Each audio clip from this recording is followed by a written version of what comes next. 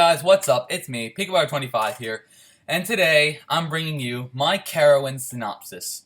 Yesterday, at about 5 p.m. Central Daylight Time, I returned to my house after a week-long vacation, visiting primarily Charlotte, North Carolina and the area around it, and Clearwater Beach, Florida, the island off in the Gulf of Mexico, and the areas around it, including Busch Gardens, Tampa, which I'll get to that later, as in like a different video, because I want to make this one quick. Carowinds Synopsis, a park. Let's see how I think about it. First of all, we have a bunch of text here. Yeah, very intimidating. How did I tackle this park? I showed up at the park Sunday, 10 a.m., which is about opening. More like 9:30, 9:45, because we wanted to just make sure we got everything and we're worth whatever. It was just immediately queued for Vortex, because we wanted to go in symmetrical order. Fury was running for season pass holders only. It opens at 9:30 for season pass holders. Vortex I immediately queued for. I did get front row on Vortex, first ride of the day. It did have some questionable operations, because, you know, it's stand-up. Everyone's got to adjust their seat perfectly. Especially with a smaller cousin, he got stuck a little. Then after that, I immediately just rushed down to Fury, and I ended up getting a back row ride. Phenomenal. Tried to ride Hurler and Carolina Cyclone after that, but both were down. Hurler had a delay in testing, and Carolina Cyclone was just not going at all. But after that delay, we went to Ricochet, Carolina Gold Rusher, Carolina Cyclone, Afterburn, Boo Blasters on Boo Hill, and Windseeker in quick succession. We went ride after ride after ride after ride with very little delay, other than like getting a refill for our one-day sports bottle. And I literally got on the train for Nighthawk, back row, because I don't think they allow us to pick our rows there, and then got herded off due to impending rain and storms in the north. Thunder could be heard in the park, so it was justified. After about an hour delay, we camped out in a nearby sweet shop, picked up some snacks and lunch, played a bit of Pokemon Go, because that's me. I'll do more in my Q&A video that I'll plan on getting up this month. I was able to get on Nighthawk and then Intimidator in succession. Nighthawk was probably a 4 or 5 train wait, because people were already queuing at the entrance once they saw Intimidator nearby testing, and Vortex testing, and Nighthawk testing in that area. And Gold Rusher testing, yeah. You can see all those rides from that one area. So I was able to get on Nighthawk, which sucked, and then Intimidator, which was fun, in succession. Tried to get on Fury again, but the park closed again for more thunder. We tried waiting out for another 15 minutes, and they told us it'd still be like a 3:30 to 4 o'clock wait. So I just said screw it. Went out to get my hand stamped and went to dinner. Had dinner with a nearby friend of my mother, because she has a lot of contacts on Facebook and stuff. 2-hour-long dinner. We went back, and no problems getting in with the hand stamp. We got on Hurler first. Then I got on 5 succession rides on Fury. They were running 3 trains. Operation was booking it. It was like a 1 or 2 train wait every time, including on the final ride of the night, a front row ride, which was fantastic. And then right after that, got on the Cyclone, which was down into the whole day, but then it just opened. It just opened then. So I saw it testing from the Fury's lift hill and brake run. I was watching it test. When I saw hands up on the lift hill, it's like, okay, I gotta get there. But I'm not done yet.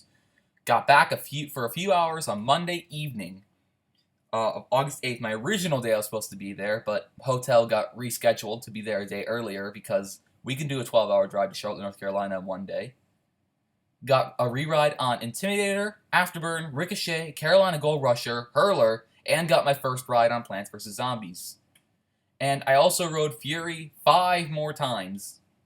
Like twice in the back, twice in the front, and then I just went on row 6 for the hell of it. And it was a total of 11 rides throughout my entire stay. Totally worth it. And then I'll get to my feelings on how this park is, like right now. Overall thoughts. I love this park. I mean, it's a Cedar Fair park. It's not exactly in comparison to Cedar Point, especially. Kings Island is probably just slightly edging it over, because I'll get to that a little later. I'll happily have this in my home park. Fury 325, Intimidator, and Afterburn are enough of a top 3 to make this a top contender for parks, especially Fury. People will probably be coming from Europe in order to ride Fury. According to the hotel managers at the hotel we stayed nearby, they asked us what were you doing, Carowinds? So I said yeah. It said, oh, everyone around here does Carowinds. And it's like, yeah, because that's the only thing in the area other than Metropolitan Charlotte, which doesn't really have anything notable, unless you're my brother, who's a big Carolina Panthers fan. Can't tell you how many times he's dabbed. Not for me. Anyway, other than those three, the rides are kind of mediocre. The rest, those few rides are in my top. Those three rides are in my top 20. Two of them in my top 10, and the rest are in my bottom half. Maybe except for Vortex, but I think the rest are in my bottom half. And Boo Blasters sucked. Compared to riding Justice League and being a seasoned scorer with that, I sucked at Boo Blasters, and I did not like it. I get the whole physical cardboard cutout animatronic aspect of it, but it just was bad. It didn't even work. And Plants vs. Zombies was fine. It was alright, but it kind of just, it didn't exactly make a lot of sense. I get the competitive aspect for it, but it was a walk-on for me, and everyone went Team Plant because everyone got scared out by rain on Monday. It was kind of weird. And each coaster here will receive an individual review. I got on all 10 coasters, so expect a review, or not review, top 10 countdown for Carowinds on my thoughts of the park. Which one's the worst coaster, which one's the best coaster, excluding the kiddie coasters. And Busch Gardens Tampa synopsis will be next, my last synopsis of the year. And maybe even later tonight, but I doubt it because it's already 6:30 p.m. or so. 6:30. I won't have time to make another PowerPoint and record it because the house might soon be more occupied by people, and it's better to record in an empty house. So yeah, I'll try and get my Busch Gardens Tampa synopsis up tomorrow, maybe Wednesday, I don't know. But I'll have a little update to why, because I'm unsure. Speaking of which, the update has come. The time has come, summer is over, tomorrow is the day I go back to school. It will not affect my content, however. Big thumbs up, happy face, giddy dances, all that. I'll participate in very few extracurricular activities. I might join a club or two that meets up once a week. But then again, I'll have time because I just might miss out on dinner or something. I'll still try to get a video up at least once a week, maybe twice a week in the front half of the school year because my brother does junior football by a junior team sponsored by my high school. And it's out of the house with my father, mother's at work, so leaves the house empty, quiet, perfect for recording. I plan after the Busch Gardens Tampa and a Wicked Cyclone review. Those are the next videos. I plan to start my 11-part series on the top 100 coasters I've written in commemoration of 100 coaster credits. And I plan on also doing my Get to Know Me Q&A 50 subscriber celebration this month. I'll reveal some of my hobbies, interests, basic personality things.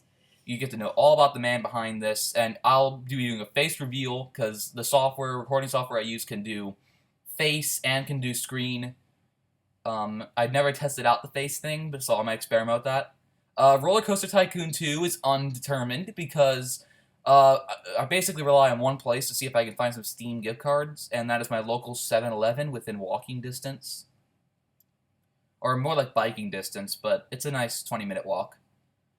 It's always out of stock on Steam gift cards. I have everything, like Nintendo eShop, iTunes, but there's never Steam. It's weird. I'm still looking for fan-sourced ideas for the gloomy off-season, because I said I'll be doing those if you didn't catch it.